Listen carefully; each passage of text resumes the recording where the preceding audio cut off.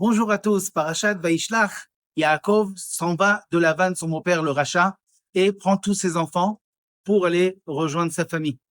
Et voilà que dans le passage, il est écrit qu'il est parti avec ses 11 enfants. Mais nous savons qu'il avait 12 enfants. Qui était le 12e? C'était Dina. Dina, on la voit pas. Et le Midrash raconte parce qu'il a caché dans la valise. Pourquoi est-ce qu'il a caché Dina dans la valise? Parce que maintenant, il va rencontrer son frère, le mécréant, le méchant, un vrai méchant, qui faisait tous les péchés du monde.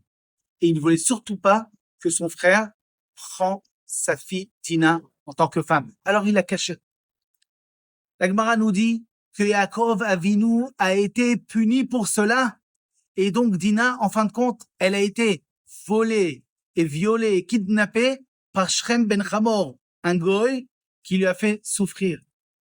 Mais si on se pose la question, pourquoi? Qu'est-ce que Yaakov a fait de mal? C'est sûr qu'il veut pas donner sa fille à un rachat pareil, à un méchant pareil.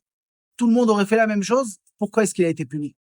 Eh bien, pour répondre à cette question, je vais vous amener le traité de Baba Metzia, la page 84. Il est écrit là-bas que Rabbi Yochanan, qui était un homme érudit, un des plus grands de la génération, mais il était aussi très beau. Un jour, il se lavait dans le fleuve, et voilà qu'un homme saute des dizaines de mètres pour attraper, parce que derrière, il a cru que c'était une femme. Et quand il retourne, il voit que c'est Rabbi Yochanan. Et il lui dit, je me suis fatigué pour rien. Et ta beauté, c'est une beauté qui est compatible à une femme, pas à un homme. Rabbi Yochanan lui dit, et toi, ta force, le saut que tu as fait, j'ai jamais vu ça de ma vie, ta force, elle est compatible avec quelqu'un qui étudie la Torah. Si tu es prêt à te repentir et à t'asseoir et étudier la Torah avec cette force-là, je te promets ma sœur en tant que femme. Resh Lakish a accepté et Rabbi Yochanan a donné sa sœur et ça a fait un couple magnifique parce qu'elle a réussi à faire tchouva à Resh Lakish est devenu un des plus grands érudits dans le Talmud et on le mentionne presque dans chaque page de la Gemara. Une autre histoire, juste une page après, dans la page 85, dans le traité Baba Metzia, nous raconte que Rabbi Rabbeinu Akadosh, qui était un des plus saints des Chachamim, on raconte sur lui des choses extraordinaires, et il cherchait dans un endroit un fils de Rabbi Tafon, son ami qui est Niftar. Il voulait qu'il y ait un fils qui continue et qui soit méritant pour son père qui est déjà monté dans les cieux. Et quand il a cherché dans la ville, on lui a dit qu'un fils, il n'a pas, mais il a un petit-fils. Il a cherché et quand il l'a trouvé, il se trouve que ce petit-fils est tombé très bas dans la société. Vraiment des choses atroces que la Gemara raconte. Il est venu le voir.